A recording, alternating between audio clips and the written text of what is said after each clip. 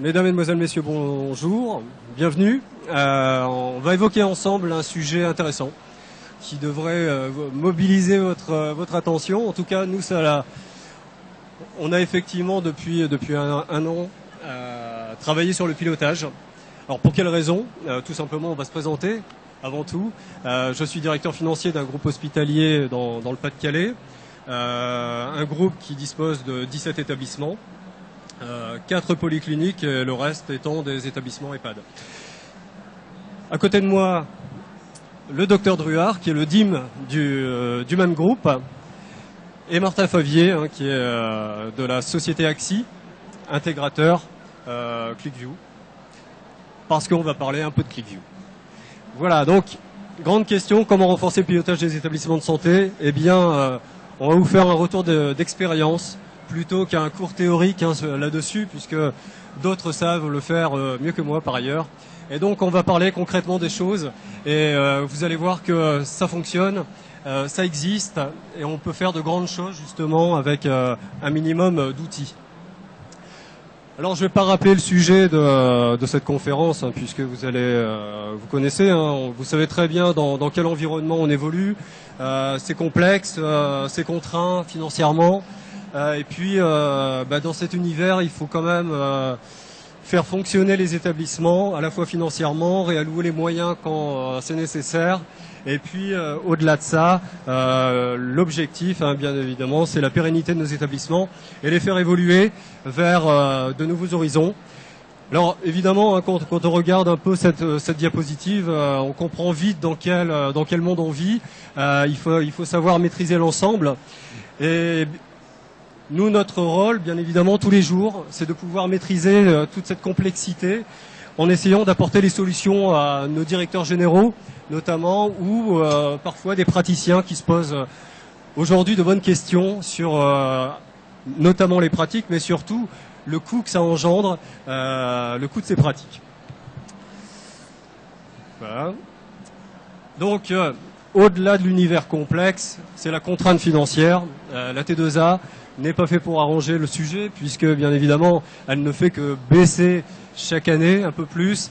Et donc au-delà de ça, il faut adapter nos dépenses à ce qu'on nous propose comme recette. Et c'est là tout le fond du débat, c'est comment on va pouvoir analyser cette situation. Alors, l'objectif du pilotage, c'est d'avoir de bonnes pratiques et essayer de les mettre en place avec une stratégie de direction qui doit être déclinée d'un point de vue opérationnel et rentrer donc dans un cercle vertueux où finalement on fixe des objectifs et au-delà de ça, on va avoir des résultats. Bons ou mauvais, peu importe. L'idée n'est pas là au départ, c'est tout simplement ensuite il faut les corriger. Et donc comment corriger ces résultats au regard des objectifs qui ont été fixés et comment au regard des résultats on va pouvoir modifier également les objectifs et les faire évoluer dans le temps. Alors, moi je vais vous parler de ma propre expérience, qui était un modeste financier arrivé dans un groupe de 3000 personnes. Et mon quotidien, c'est le premier jour, ça c'est mon premier jour, clairement. Je me posais énormément de questions. C'était surtout comment je vais pouvoir piloter 17 établissements dans un univers un peu compliqué. Et donc, les principales questions qu'on peut se poser, en général, la première chose que j'ai pu observer, c'est que j'avais pas les outils pour travailler. Donc ça, c'était un sujet, mais il est accessoire parce que l'objet, c'est plutôt de comprendre comment on fonctionne. Donc, avons-nous des informations pertinentes? Évidemment, dans le domaine de la santé, on a tout ce qu'il faut. Simplement, il faut, à un moment donné, pouvoir capter ces informations, les rendre synthétiques et pertinentes, et ensuite les retravailler, les coupler avec un certain nombre de données, pour essayer de comprendre finalement la rentabilité des unités médicales, d'un pôle particulier ou d'un établissement de façon plus générale. L'idée également, c'est au regard de la rentabilité qu'on va pouvoir décliner, c'est comment on va pouvoir améliorer de façon continue la situation des établissements, des pôles ou des différents services. Alors pour cela, le but du jeu, c'est de mettre un système de pilotage, donc à la fois des outils d'analyse et des outils de suivi, parce que on a besoin de ça pour mettre en place le dialogue de gestion. Alors globalement, vous le savez comme moi, on a 3 familles d'outils. Donc au moins le premier, tout le monde l'a, ce qui s'est passé. Donc le coup est parti et on observe la réalisation. Ensuite, le pilotage au fil de l'eau. Donc ça, c'est déjà plus difficile à acquérir. Et enfin, l'aide à la décision stratégique, donc c'est anticiper le futur. Donc j'en ai fini avec les vœux pieux des directeurs financiers ou des directeurs généraux. Concrètement, on peut faire de grandes choses et on va vous les montrer. L'idée, comme nous sommes partis d'un constat qui était assez accablant dans le groupe dans lequel j'étais, il fallait mettre en place un certain nombre d'applications, croiser ces applications et ensuite permettre finalement ce qui nous intéresse tous, c'est les analyses médico-économiques, de manière à pouvoir entamer le dialogue avec soit la communauté scientifique, soit la communauté administrative. Voir les deux en même temps, et c'est encore mieux, et c'est tout l'objet de notre sujet. Donc dans notre application, donc on a traité 3 disciplines, le médical, les ressources humaines et le financier. Tout ça dans un premier temps en compartimentant les choses, en essayant d'en avoir une analyse pointue, rapide, fiable, pertinente, compréhensible par tous, parce que on peut très bien avoir un médecin qui va regarder ces tableaux de bord, mais il va toujours s'inquiéter finalement des chiffres qui lui sont présentés, et il faut lui donner, donc, quand même donner un sens à ces chiffres de manière à ce qu'il puisse les comprendre. Donc, si tu peux venir en arrière, voilà. Donc, grosso modo, on essaye d'être à la fois synthétique en fonction des relations qu'on peut avoir avec un directeur général, par exemple. On n'a pas besoin de rentrer dans le détail. Le détail étant plutôt attribué au médecin DIM, que voilà. C'est plutôt son rôle d'aller plus dans le détail. Néanmoins, ce qui est intéressant, c'est de pouvoir analyser très rapidement l'activité médicale, dans un premier temps de façon agrégée, et ensuite de pouvoir descendre un peu plus finement, soit au travers des spécialités, soit au travers des unités médicales, hein, que vous connaissez plutôt bien, j'imagine, au travers d'un élément fondamental dans cette approche de pilotage, c'est l'établissement du fichier commun de structure. À partir du moment où le fichier commun de structure est établi correctement, et si celui-ci donc lit correctement les éléments médicaux, les éléments financiers et les éléments RH, c'est beaucoup plus simple de pouvoir ensuite avoir une interprétation globale. Et donc ici, le premier travail qu'on a fait, c'est bien évidemment de mettre en place ce FICOM, de le retravailler, de le toiletter, et surtout de l'alléger, parce qu'on s'aperçoit que dans nombreuses structures hospitalières, la déclinaison comptable est très, très lourde. Est-ce qu'elle a encore du sens d'être traitée de cette manière? Et donc nous, on s'est posé ces questions-là de manière à pouvoir alléger les choses et de rendre compréhensibles finalement les éléments qui sont présentés. Donc vous avez les exemples de tableaux, hein, que l'on utilise sur la partie médicale, donc l'activité médicale. Donc on a des images animées là sur le PowerPoint. Donc ce qui vous représente finalement la facilité d'exécution du logiciel. Vous voyez que les images bougent relativement vite, enfin j'espère, là du coup ça bouge plus. Hein. Mais l'idée donc c'est en un clic, on observe et on commence à avoir une compréhension du choix qui a été effectué sur la plateforme médicale. Donc activité des praticiens, éventail de prise en charge sont des éléments essentiels pour entamer un dialogue de gestion à l'occasion d'une analyse précise sur une unité médicale. Première partie, donc le médical, c'est s'intéresser finalement à l'activité, et ensuite, quand on a bien compris cette activité, on va s'intéresser au pilotage financier. Puisque le pilotage financier, l'intérêt, c'est de pouvoir descendre au plus bas, au moins au même titre que les unités médicales. Et ça, vous savez comme moi, pour arriver à l'unité médicale, il faut passer par les créas. Créa, donc un vœu pieux également à réaliser. Aujourd'hui, les choses, en tout cas chez nous, les créas, on les sort mensuellement pour toutes les unités médicales du groupe. Ça nous prend très peu de temps, tout simplement parce qu'on a mis une architecture très forte.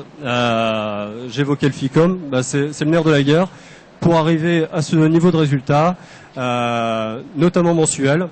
Eh bien, donc, l'architecture même du FICOM nous permet aujourd'hui d'arriver à des situations très intéressantes, puisque le FICOM, vous l'avez ici, avec une représentation sur le format de l'EPRD, une déclinaison graphique des unités médicales ou du secteur, des indicateurs d'efficience au-delà des indicateurs d'efficacité.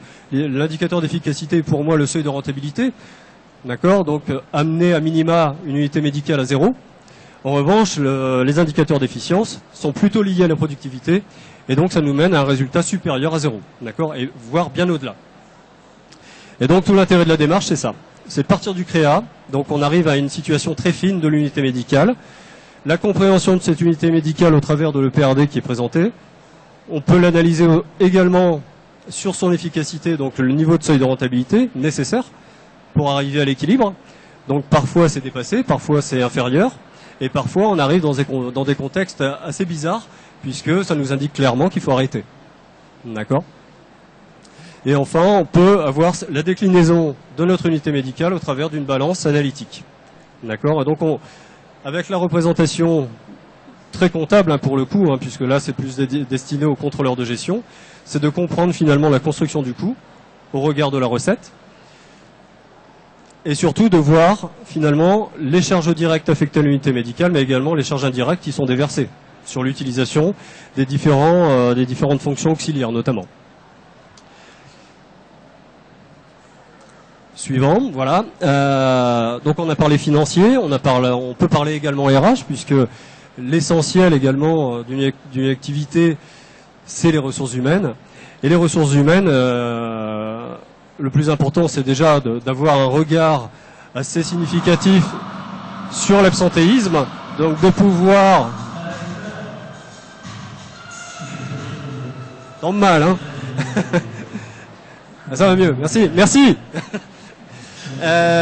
Donc, je reviens sur mon absentéisme. Là, l'idée, c'est de pouvoir, vous l'aurez compris, sur un groupe hospitalier disposant de 3000 personnes, et on sait très bien qu'on peut monter très vite, notamment sur des CHU, où on arrive très vite à 26 000 personnes, finalement.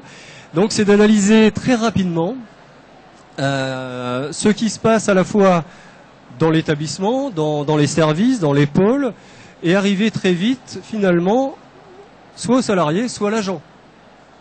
Et tout cela, en quelques clics, vous allez arriver finalement, au travers de la déclinaison du premier tableau, vous allez arriver directement donc à l'agent et donc analyser les causes de son absentéisme au travers des différents événements qui peuvent composer l'absentéisme, la maladie ordinaire, l'accident de travail, la maladie professionnelle, les événements familiaux, j'en passe des meilleurs, la maternité, etc., etc.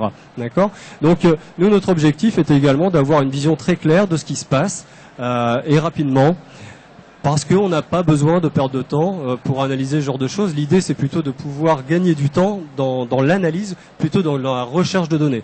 Et donc là, cette restitution étant très rapide, ça nous permet de caler directement notre attention sur les principales problématiques des ressources humaines.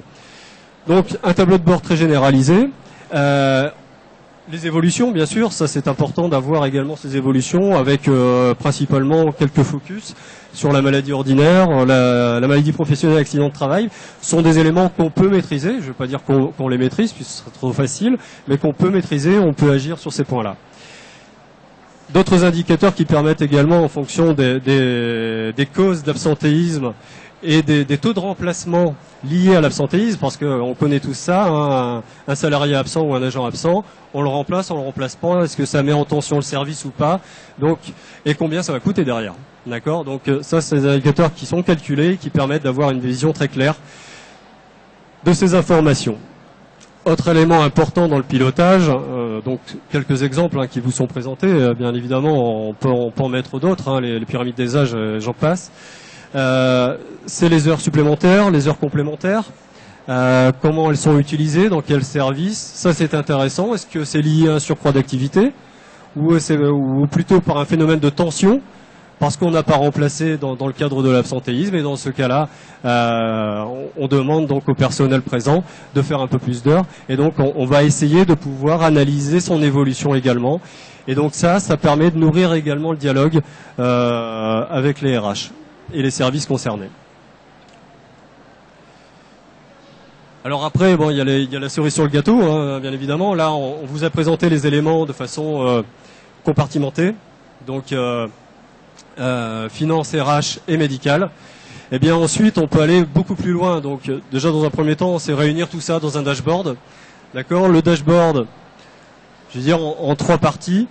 La partie financière, la partie médicale, la partie RH. Donc, soit de façon globale pour l'établissement, soit on décline à l'unité médicale. Et là, l'unité médicale, quand on arrive à ce niveau-là, eh bien, on a le résultat, les indicateurs d'efficience et d'efficacité, ce qui permet d'avoir un premier élément intéressant. Ensuite, l'évolution des séjours et des recettes réalisées dans l'unité médicale. Et enfin, donc ça, la composition finalement des ressources humaines au sein de ce service, tant à la fois sur l'absentéisme, le taux de remplacement de l'absentéisme, la part de CDD qui compose le service. J'évoquais tout à l'heure les heures complémentaires, les heures supplémentaires et les évolutions dans le temps de ces différents indicateurs. Donc voilà, une première planche de bord finalement très intéressante qui là permet d'avoir des explications parfois sur les résultats qui sont traités donc au sein de l'établissement. Deuxième élément, ce qui nous intéresse et qui nous prend beaucoup de temps, c'est la construction budgétaire.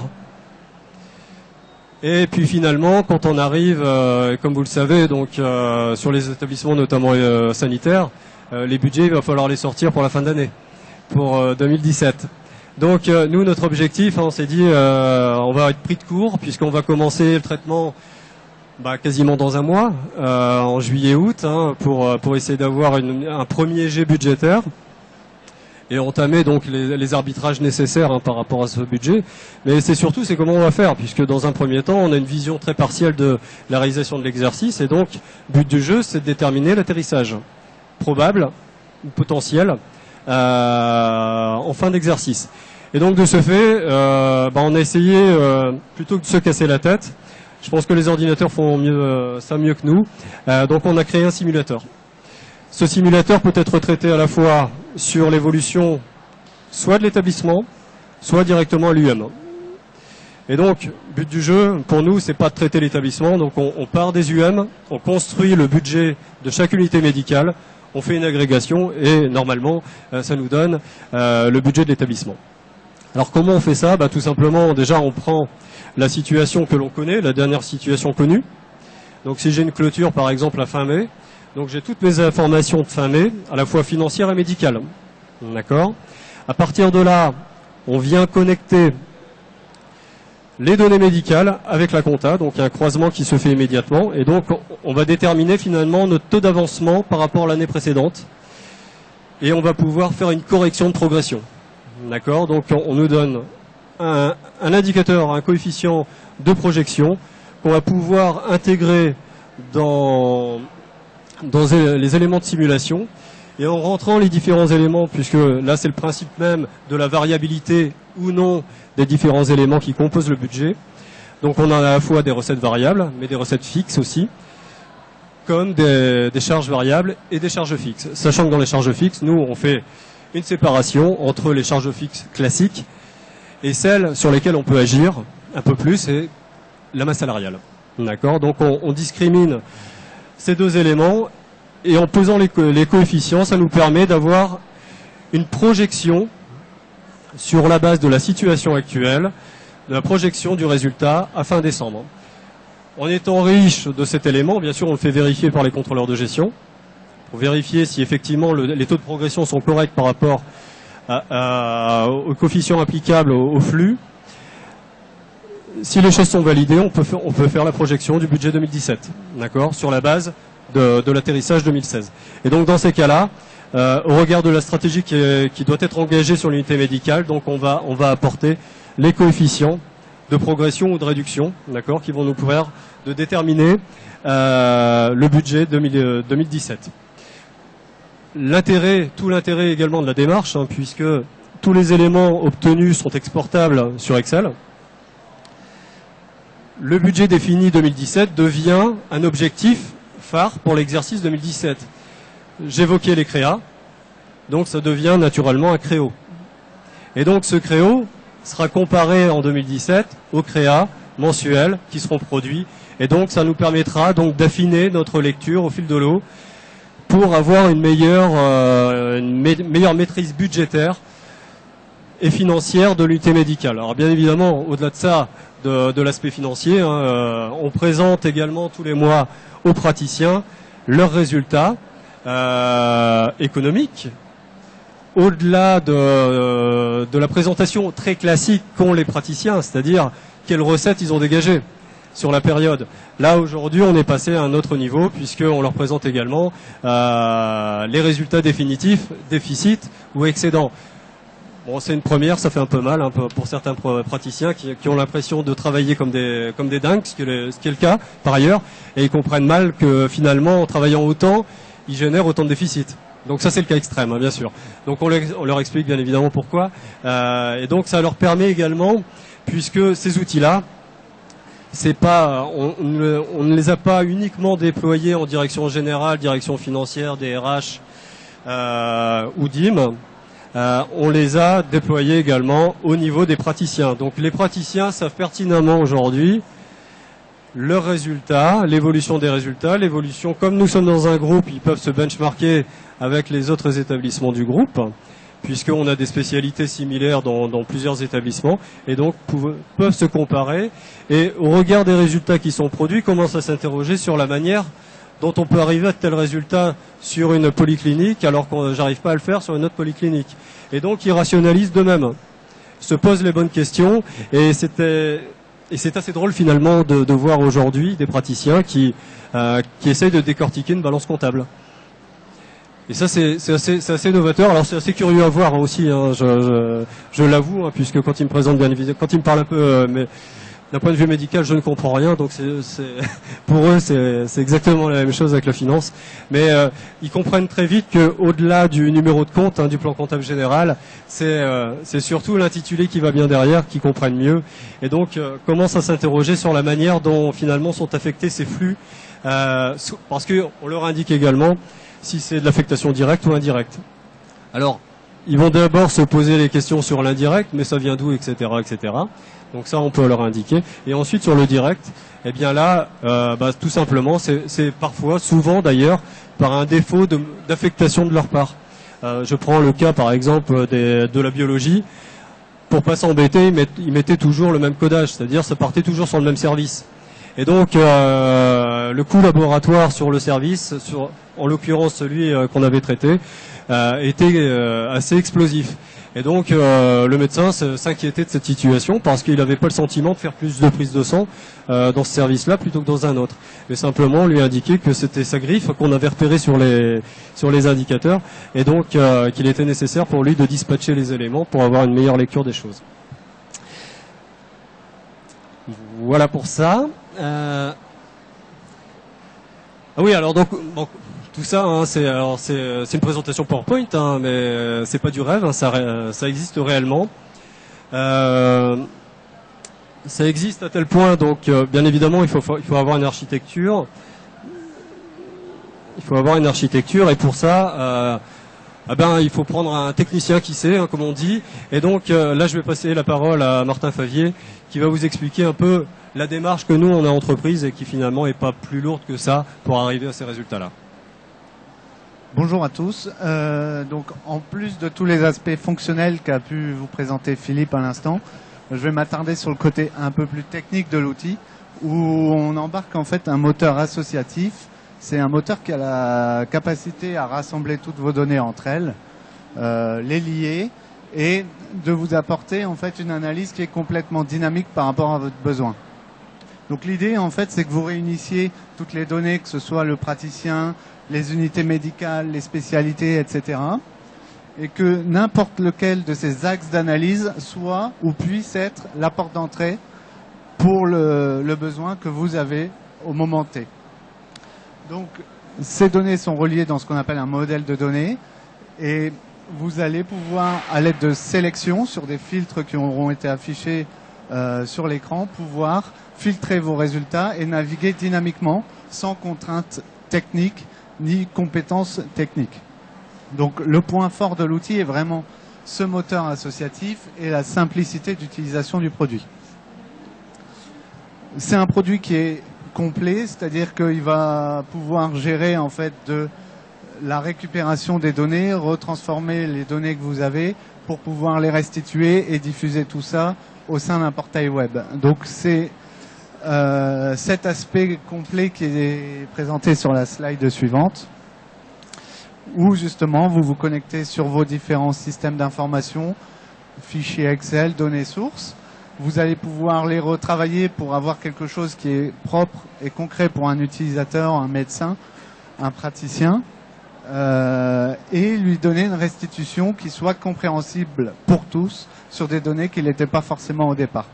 Donc vous allez récupérer vos données RH, vos données compta, vos données médicales, tout rassembler, tout mettre au propre si je peux dire, et diffuser au sein d'un portail web sur lequel vous allez pouvoir vous connecter en tant que directeur financier, directeur général ou médecin par le biais d'un ordinateur ou de toute autre technologie mobile. Donc voilà. Si vous avez des questions, n'hésitez pas. Je te repasse la parole. Voilà, donc il reste, je crois qu'on a été un peu bavard, donc il reste très peu de temps, mais néanmoins, donc si vous avez des questions, c'est le moment.